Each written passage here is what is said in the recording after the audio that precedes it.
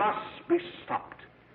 You and all other school parent groups about the country, and you must stand united on this and stamp out this frightful assassin of our youth. You can do it by bringing about compulsory education on the subject of narcotics in general, the dread marijuana in particular.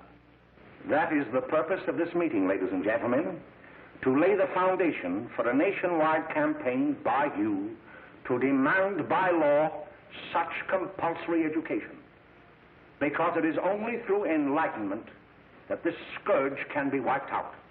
Out of the traffic in these drugs, a lawlessness that we can scarcely estimate has grown and is now flourishing. It exists in almost every city and hamlet in the country. It might be interesting and important for you to know some of the methods used in bringing these drugs into the country, and the work of the forces of law and order which are daily combating the traffic, always at the risk of life by their agents. This ceaseless fight against the drug traffic is directed by the Department of Narcotics, Washington.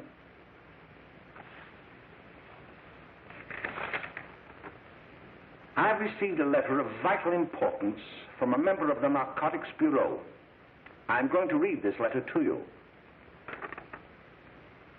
My dear Dr. Carroll, the suppression of the use of marijuana and of the forces lurking behind it are the most important jobs this department is now engaged in. At the outset of this letter, there is one vital fact I would like to submit. There is a powerful agency. I speak of the school parent associations of this country, which can be invaluable in stamping out this scourge. Their help, their eternal vigilance, could be the deciding factor in our fight against it. The weed marijuana is grown in every state in the Union. Recently, in the city of Brooklyn, New York, a field of marijuana was found behind a tenement court. The weed was here being cultivated, regularly stripped and dried and sold in schools and at government army posts in and around New York. The dried leaves and berries are ground up and made into cigarettes by a simple hand machine. The deadly narcotic is thus quickly and easily prepared for its market. The sale of marijuana is even more difficult to detect and halt than the traffic in drugs such as opium, morphine, and heroin. They are hidden in fake jewelry cases, in the heels of shoes, women's shoes especially, because the drugs can be secreted in false heels. Hollowed shaving brushes are another medium. Books with false centers are often used. Watch cases are convenient hiding places. The value of drugs thus seized is enormous. Recently, a huge supply of heroin was taken. It was concealed in an apparently harmless shipment of 35 barrels of olive oil. The deadly drug was burned in the incinerator of the Bureau of Engraving and Printing. And more vicious, more deadly even than these soul-destroying drugs is the menace of marijuana. No doubt many of you do not believe that these things do happen, that they cannot happen to you. You may also believe that the facts have been exaggerated. Let me tell you of something that happened right here in our own city. You probably read about it in the papers. However, I'll give you the real facts behind the case. There was an apartment near one of our high schools. It was run by a woman known as May Coleman.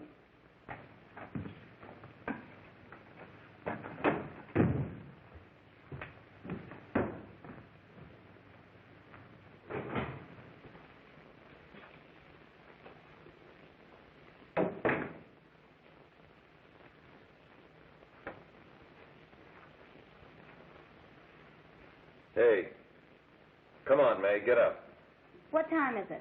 Time to get up and give this place a going over. Looks like the Marines had landed. Oh, that bunch last night was high enough to take over the Marines and the Navy. You better get on the job. Some of the kids may be up this afternoon. Oh, Jack, we can get along without dragging those young kids up here. Oh, why don't you button up your lip? You're always squawking about something. You got more static than the radio.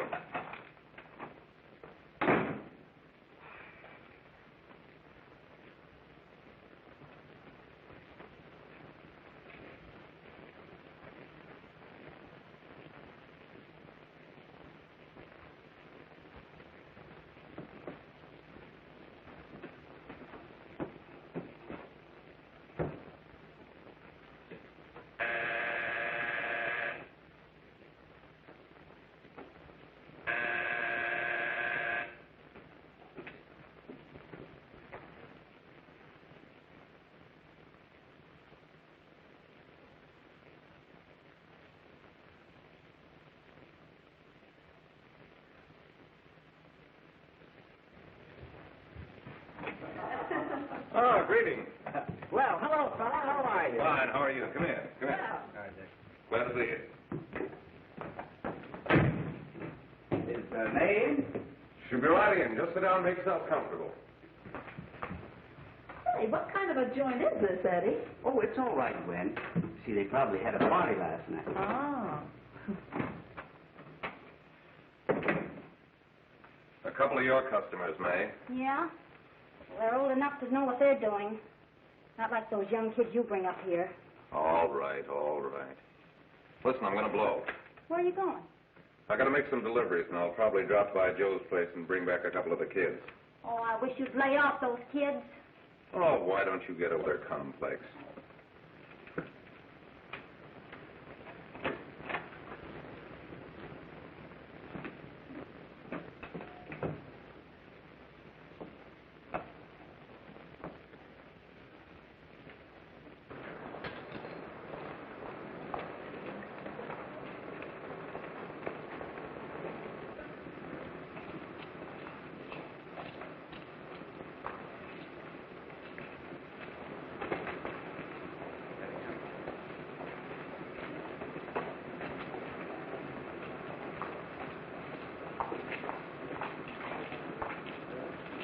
Oh, by the way, Ralph, I'm sort of getting a little party Saturday afternoon over at my grandmother's.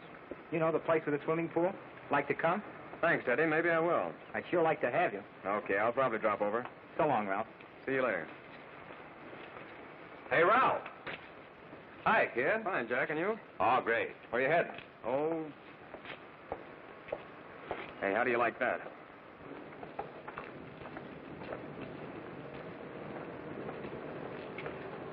That's the one I was telling you about. Very nice. I don't know why you want to make such a fuss over that Ralph Wiley. Oh, he's a swell swimmer. He made the freshman team that year he went to college. Yeah, and that lets him out. My dad knows his family. None of them are any good. Father and mother just got a divorce from Paris. Yeah? You know, Ralph runs around pretty much on his own. He's been in a couple of jams. Well, I only kind of say hello to him. I don't go around with him. Well, you better not. He's a little too old for it. That's what my dad said. Hello, Mary. How are you, Bill? How are you, Ralph? Oh, hello, Ralph. You know my brother Jimmy, don't you? How are you? Well, I'd like you to meet a friend of mine, Jack Perry. Mary, Bill. How do you do? Glad to know you. We're going over to Joe's place. Why don't you come along? we have a date to play, a set of doubles. Oh, you can play anytime. Come on, we'll have some laughs. Oh, we can't today, Ralph. Some other time. Can I go along with you? Sure. Hey, I'll see you at dinner, sis.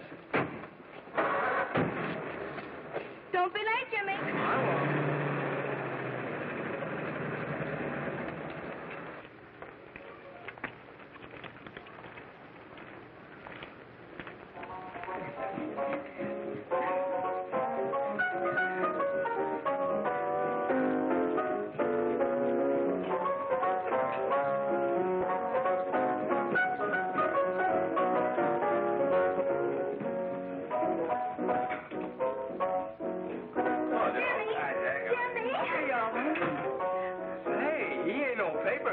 Why, don't you know him? That's hot singer Curly. Boy, he really swings out hot with a message jive. You want to dance? Do I?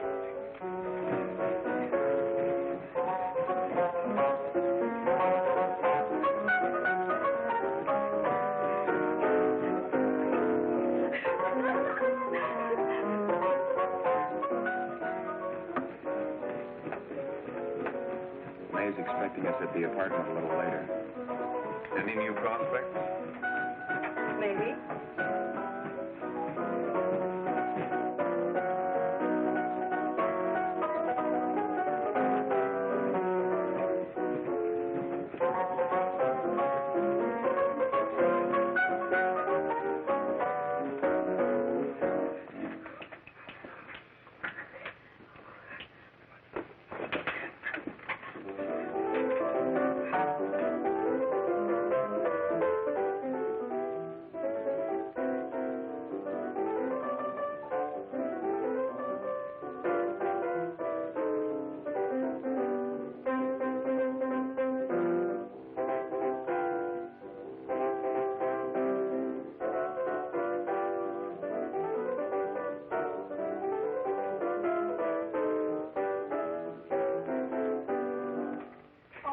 Jimmy. You're wonderful.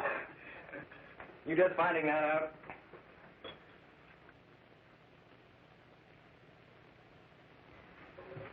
Why can't we go now?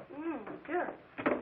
Hey, kids, we're having a little party up at my girlfriend's apartment. Wouldn't you like to come? Oh, I'd love to. You want to come, don't you, Jimmy? Oh, sure. Any place with you. Well, come along. We can all go in my car.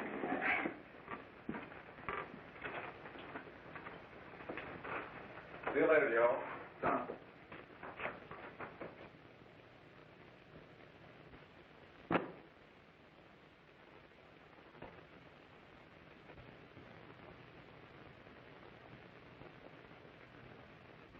It's sweet of you to help me, Bill. Well, I'll try anything except domestic science. Why, Bill, don't you want to learn something about running your own home?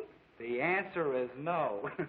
You know, after that session we had yesterday, I went home and told Mother that the trouble with her pot roast gravy was she hadn't added 3 heaping teaspoonfuls of olive oil.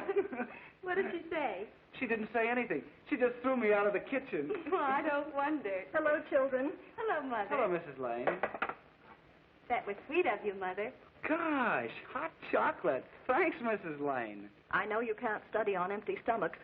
Now then, enjoy yourselves. He will. She will too, Mrs. Lane. May I? Oh, thank you, kind sir. You're so very, very kind. Mary, before we do that math, how about reading some of this? It's swell. Romeo and Juliet. Don't you like it? Uh-huh. You know, when I study this, I kind of think of you. I just sort of feel as though you're there beside me. Well, listen. It is my soul that calls upon thy name. How silver sweet sound lovers' tongues by night, like softest music to attending ears. Romeo, My dear, what o'clock tomorrow shall I send to thee? by the hour of 9. I will not fail. 'Tis 20 years till then.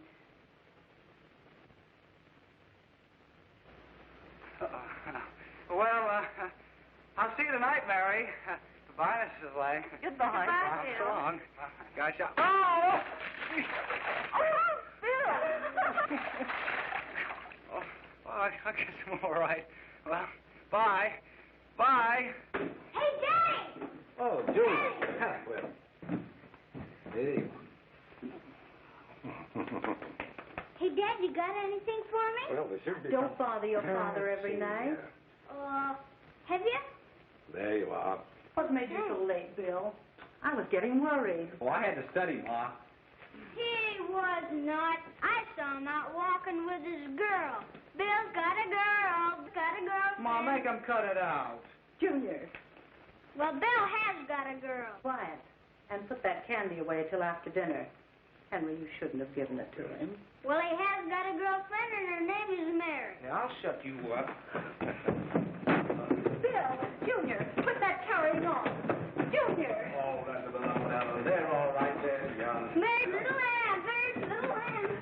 I didn't mean to Bill Ernest, I didn't. Oh, well, what I'm burned up about is that you didn't say Bill had a swell girl. Gee, it must be love. She'd have to be swell for you to like her. Uh-huh. Sounds like you want something. Come on, what is it? Well, it's my model airplane. It won't work. Gosh, Bill, you could fix it. You can fix anything. Okay, I'll fix it. Hey, Dad, read me 20 pages, will you? Yeah, here we are. You see? Oh, hello, Jimmy. Mary told me to wait and tell her she had to go home. Her mother wanted her to go to the dressmaker with her. Oh, thanks, Jimmy. Must be getting grown up. I see Mary let you have the car. Yeah. Can I take you any place? Well, I wasn't going any place in particular. Well, then, how about driving me over to the Joe's place with me? I'll buy you a soda. I never drink that stuff. Well, gee, I'll buy you something else. Okay, you're on the hook for 1 root beer. Well.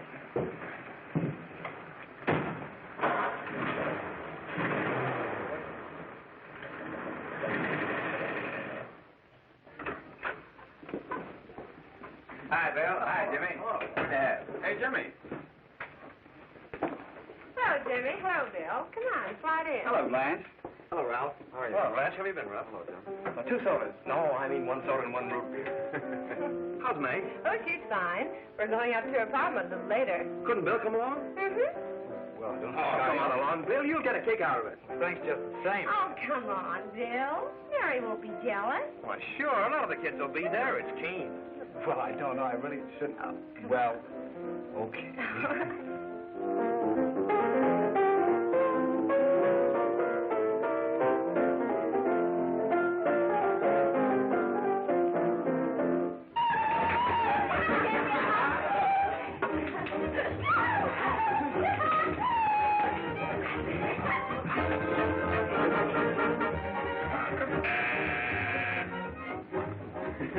Hi, kid. Hello, Jack. What do you say? Yeah, come on in.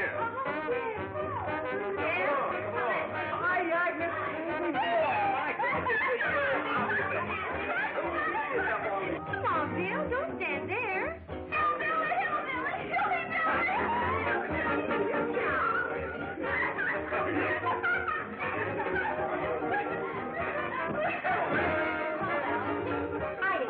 I'm Egg. This is Bill Harper. He's okay. Hello. Well, if you say so, it's all right with me. I'll be back in a minute. Hiya, kids. How you doing? Okay, hi, May. There's a new one in today. Yeah, Bill Harper. He's all right. Blanche has got herself quite a yen for him. Not bad. I didn't think she had that much taste. She knows what she's doing. She's got Ralph nuts about her, and now she's got her hooked up for this new kid. Say, we haven't any more smoke. You better run over and get some. Why couldn't you find that out when I was here this morning? Now I've got my car in the shop. Well, what of it? That kid out there, Jimmy, he's got a car. He'll take you. Oh. Come on, get going. Hurry up.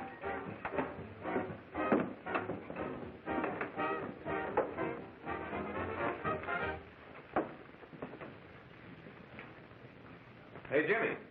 Yeah? I've got to run over to Cedar Avenue for a minute.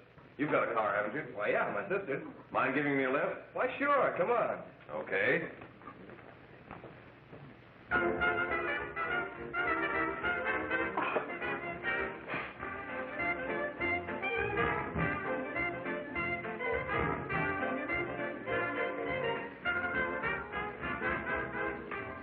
No, thank you. Well, here we are. Oh, thanks. Oh, May, don't forget me. I never forget you. Oh, here. If you want a good smoke, try one of these.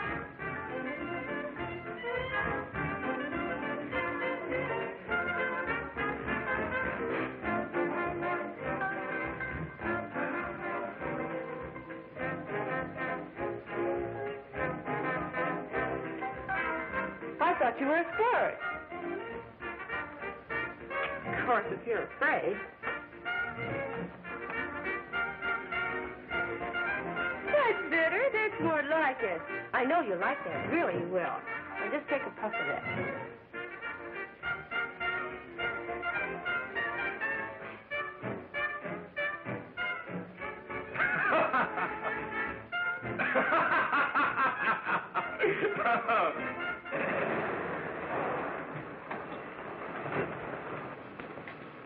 Just be a minute, kid. Hey, Jack, get me a cigarette before you go, will you?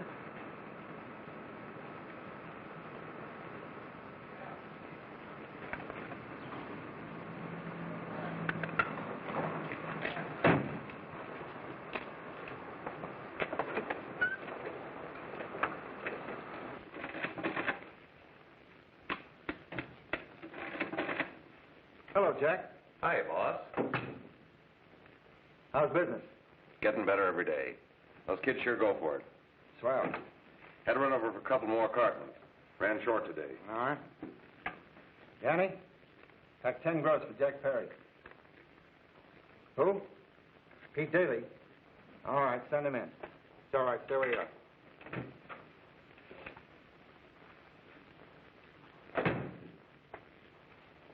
I want to talk to you. All right, go ahead. Jack's okay. What's the beef? Listen, you never heard no beef when I had to sell that rotten gin. You're after the dough, aren't you? Yeah, but I don't need dough that bad. Taking two-bit pieces from kids. There are millions of two-bit pieces just begging to be taken. Don't be a dope. I'm just dope enough to draw the line selling hop to kids. All right, Pete. You know what my policy has always been. If the boys are not satisfied, I'm always glad to have them retire. Retire permanently. So long.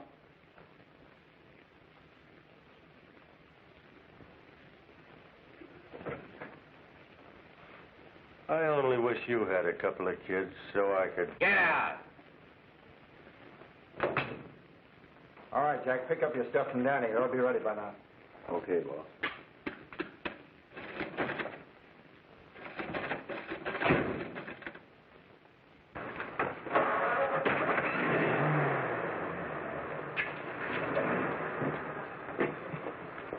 Let's go, Jack. I'm red hot.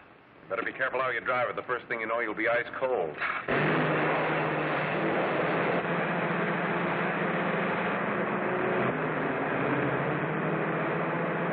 Take it easy, kid.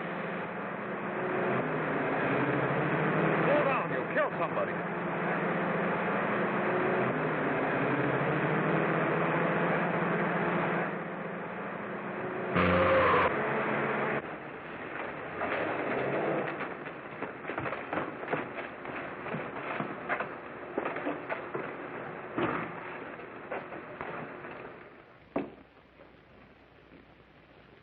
Mary, you're not eating your breakfast again. Bill Hartford hasn't been around lately. Anything wrong between you two? Why should there be anything wrong? There shouldn't be, I'm sure. And whatever it is isn't serious, I know. I'm sorry, Mother, for snapping at you like that. Don't worry about it, dear. Why don't you speak frankly to Bill? He'll be honest whatever the trouble is.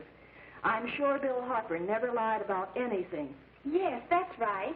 Bill's mother says he never lies. There, you see? You think it'd be all right if I speak to him about it? Why, of course.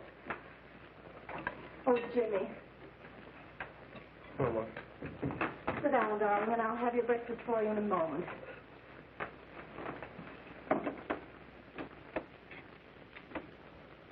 Jimmy, there's something worrying you. What have I got to worry about? Why don't you tell me?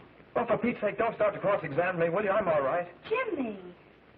Don't let Mother see you like that.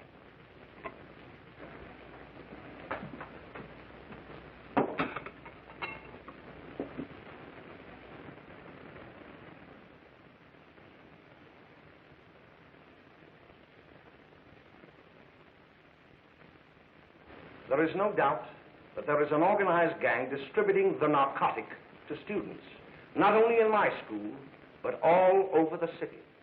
You government men have got to find some way to put an end to it. Of course, I agree with you, Dr. Carroll. But do you realize that marijuana is not like other forms of dope? You see, it grows wild in almost every state in the Union. Therefore, there is practically no interstate commerce in the drug. As a result, the government's hands are tied. And frankly, the only sure cure is a widespread campaign in education. Oh, it's all right to talk about education, Mr. Wyatt, but we educators can't do anything until the public is sufficiently aroused. Let me show you something. In 1930, the records on marijuana in the Washington office of the Narcotics Division scarcely filled a small folder like this. Today, they fill cabinets.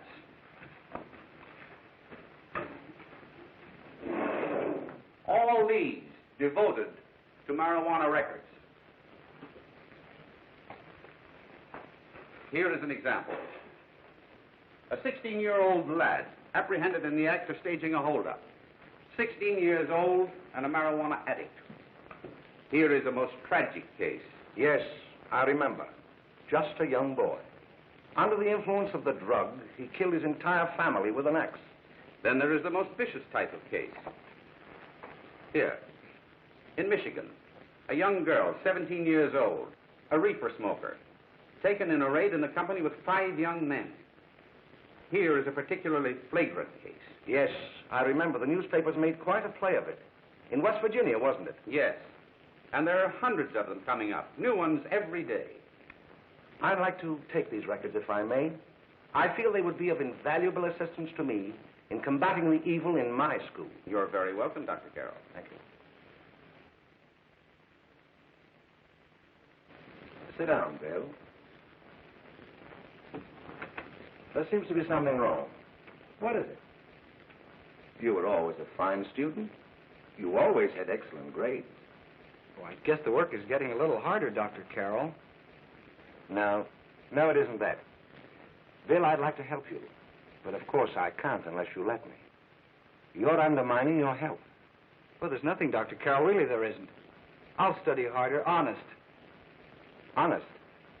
If you were being honest with me and honest with yourself, I'm afraid you'd tell me an entirely different story. Bill, I'm going to ask you a straightforward question. And I'd like to have a straightforward answer. Yes, sir. Isn't it true that you have, perhaps unwillingly, acquired a certain harmful habit through association with certain undesirable people? Well? Oh, no, sir, I haven't, Dr. Carroll. Well, that is, you see, I'm worried about something at home. All right, my boy. We'll just have to let it go at that. But remember, if you ever want to confide in me, no one will ever be the wiser. Well, thank you, Dr. Carroll.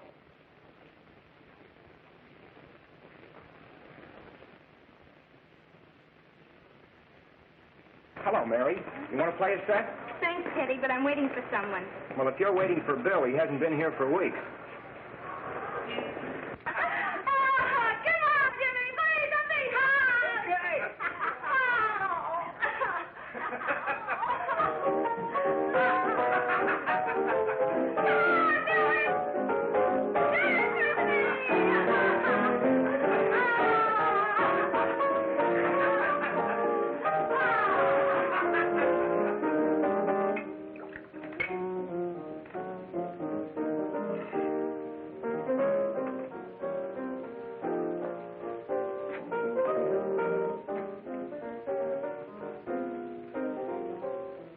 Didn't take that new kid long to catch on.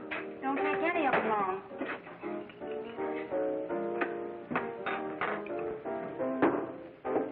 Say, don't you ever get fed? You're feeding me, can't you see?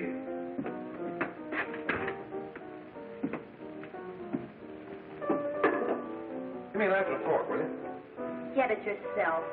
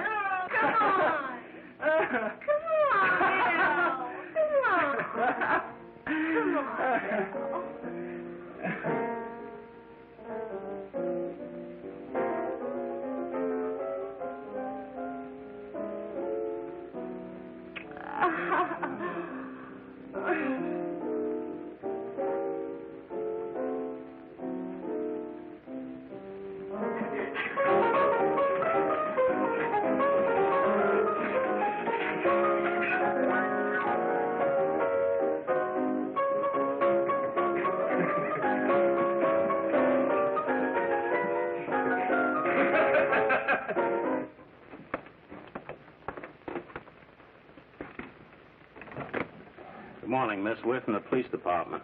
Good morning. We're tracing a hit-and-run driver. Someone caught the license number at the place of the accident but didn't get it quite right. So we're checking all numbers like it, and yours is one of them. Well, I'll try to help you. You remember what you did on the 29th of last month? Oh, that was the day before Mother's birthday. Oh, yes, I remember that because I left school and went directly to the dressmaker's with Mother. I was there all afternoon. Did you happen to loan your car to a couple of men?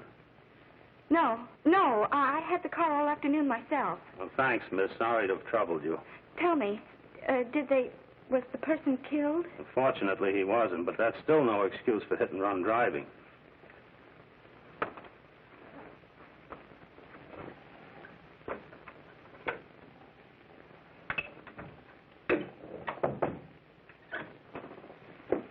Jimmy Lane been here today? He was in. He went over to May's place. You know where that is. Well, he was going to wait for me here, so he didn't give me May's address. Are you sure Jimmy didn't leave any message for me? Mary? No, he didn't. But I guess you're okay. I'll write it down for you.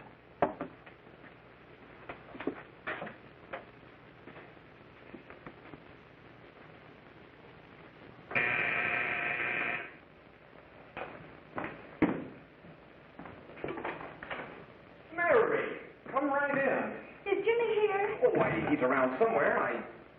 I think he went out to take Agnes home, but he'll be right back. Come in and sit down, Mary. And let me take your coat. Who's the new kid just came in?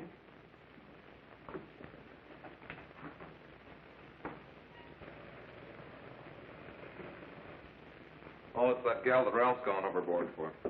It's funny, we've never been able to get her up here before.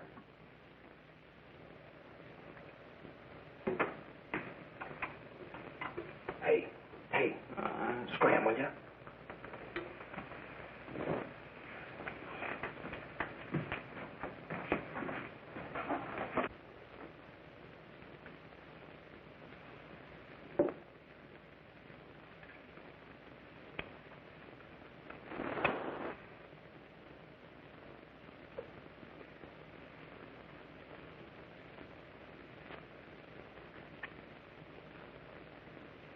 Smoke, Mary? Thanks. Are you sure Jimmy will be back soon? Sure, any minute.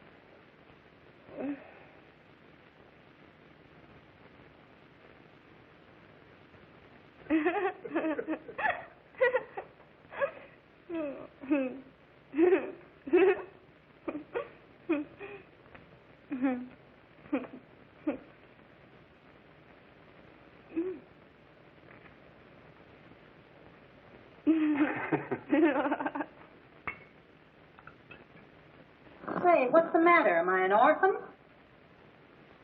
Where do you put it? You got a hollow leg? Thanks, dear. You, Mary. Oh, Mary, give me a Don't! Mary. No, don't! Please, Oh, Mary. No!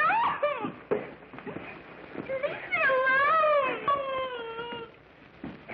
Go away! Mary, give her out. Go away!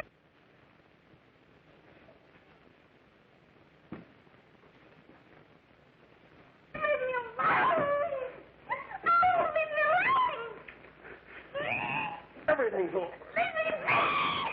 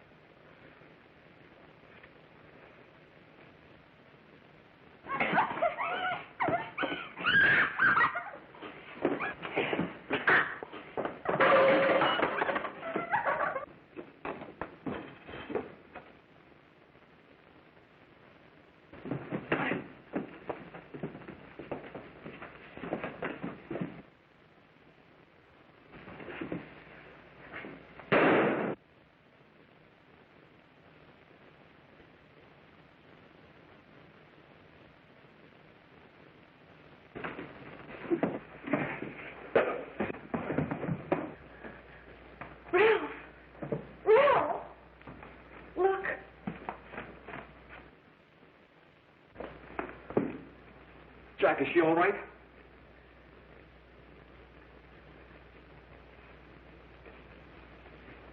She's dead. May, get him some water. Now listen, you two. I want you to get out of here. Get out of here and forget you were ever in here today. I'll handle this. Now get going.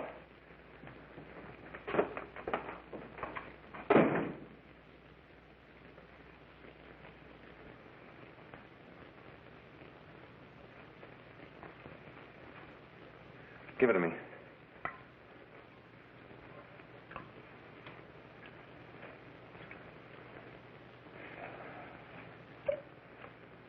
Here.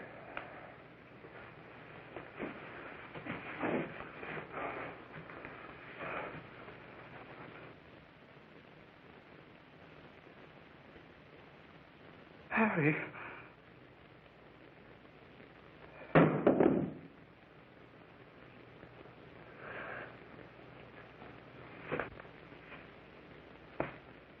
Mary. Mary! What happened? You killed her.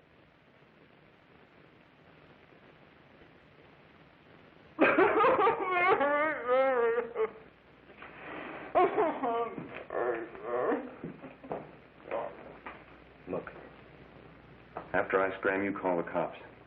And this is your story. Remember it. These two kids came up here for a couple of beers. You were out in the kitchen, you heard the shots. When you got in here, that's what you found. Just stick to that story. Mary! Mary, speak to me. Mary!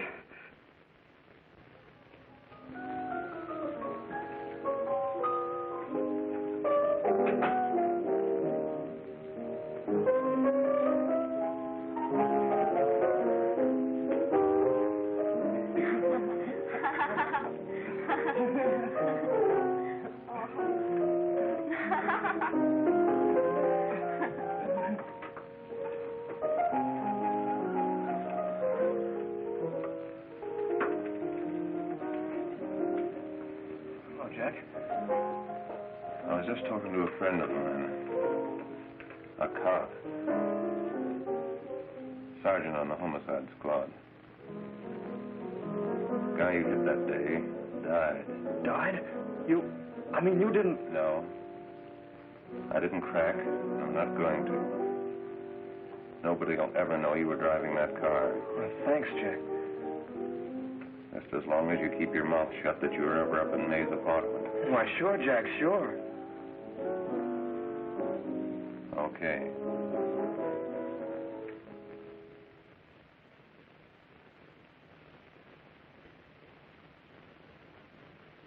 Your Honor, I'd like to recall Dr. Alfred Carroll to the stand. Call Dr. Alfred Carroll to the stand.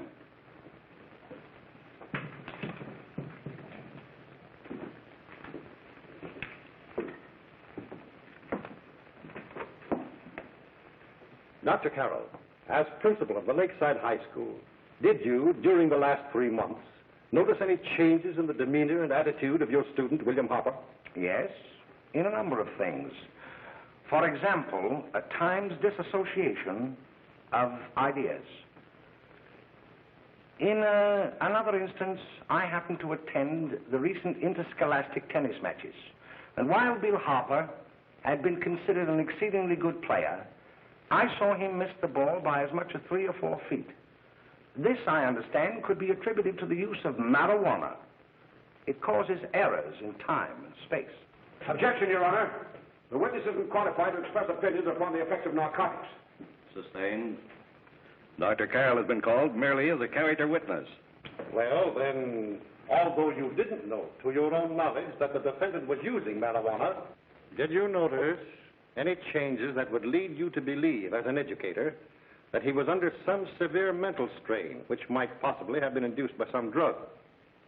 Yes, I recall distinctly a few weeks ago. It was during a class of English literature.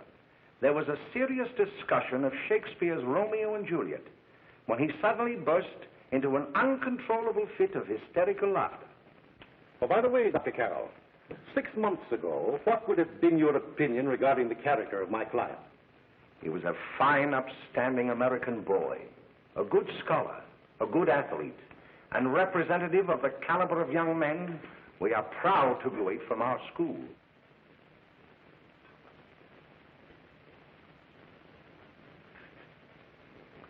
Oh, snap out of it, will you? It's not our fault.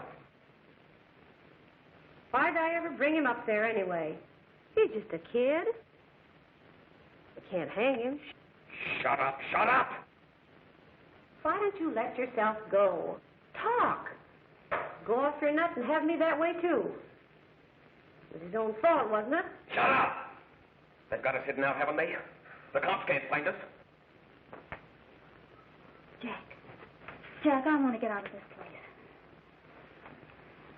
You're going to stay here as long as we have to keep those two out there undercover. Until the trial's over. Or the boss gets a better idea. But they're getting on my nerves. It can't last much longer. I'm not worried about her. We got to keep him gagged. Oh, he's about ready to crack. All you got to do is keep him from having too many reefers. Any day now, that punk will get hot. He'll probably spill and tell all he knows if he gets a chance.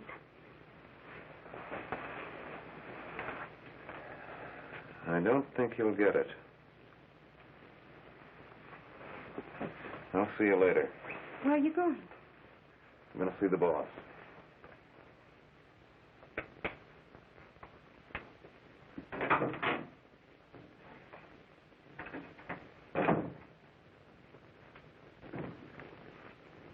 Hello, Jack. Hello, boss.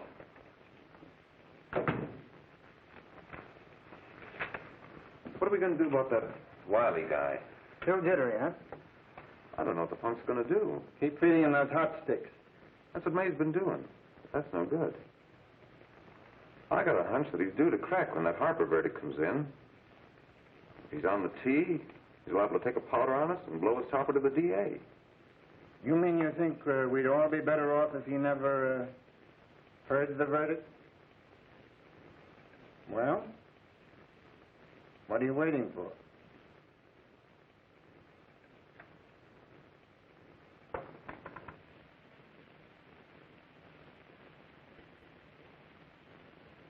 You, ladies and gentlemen of the jury, have a duty to perform. A duty to yourselves and to our community. Mary Lane is dead. The evidence you've heard at this trial could not have failed to convince you of the guilt of the defendant. By his own admission, he pressed the trigger of the weapon that sent lovely and innocent Mary Lane to a tragic and untimely death. We are not so much concerned about the motives behind the deed as to the deed itself. While the defendant has told you that he saw someone attacking Mary Lane and that his mind went blank from that moment on, the defense has been unable to produce one witness to substantiate that statement. Now, ladies and gentlemen of the jury, you've heard able men testify at this trial, men who have tried to bring out the fact that the defendant might have become momentarily insane when he fired the shot that killed Mary Lane. But the defense has been unable to prove that he was insane. William Harper was sane when he visited the apartment where the tragedy occurred. He was in the habit of visiting the place. He was sane when he went into a bedroom with another young woman. You've all heard what went on in that room. You heard it from the defendant's own lips. Involved as he was in a tawdry love affair, Mary Lane was in the way. She had found him out. In a moment of anger, he deliberately and willfully killed her. If such deeds are permitted to go unpunished, this community would cease to be a decent and safe place for us or our children to live. I do not believe I have to plead or even demand that you bring in a verdict to punish the defendant for the crime that he has committed against society. You are upright citizens. That is why you were chosen to judge another. And as honest, upright citizens, there is only one verdict which you can find, and that is a verdict of guilty. And this court will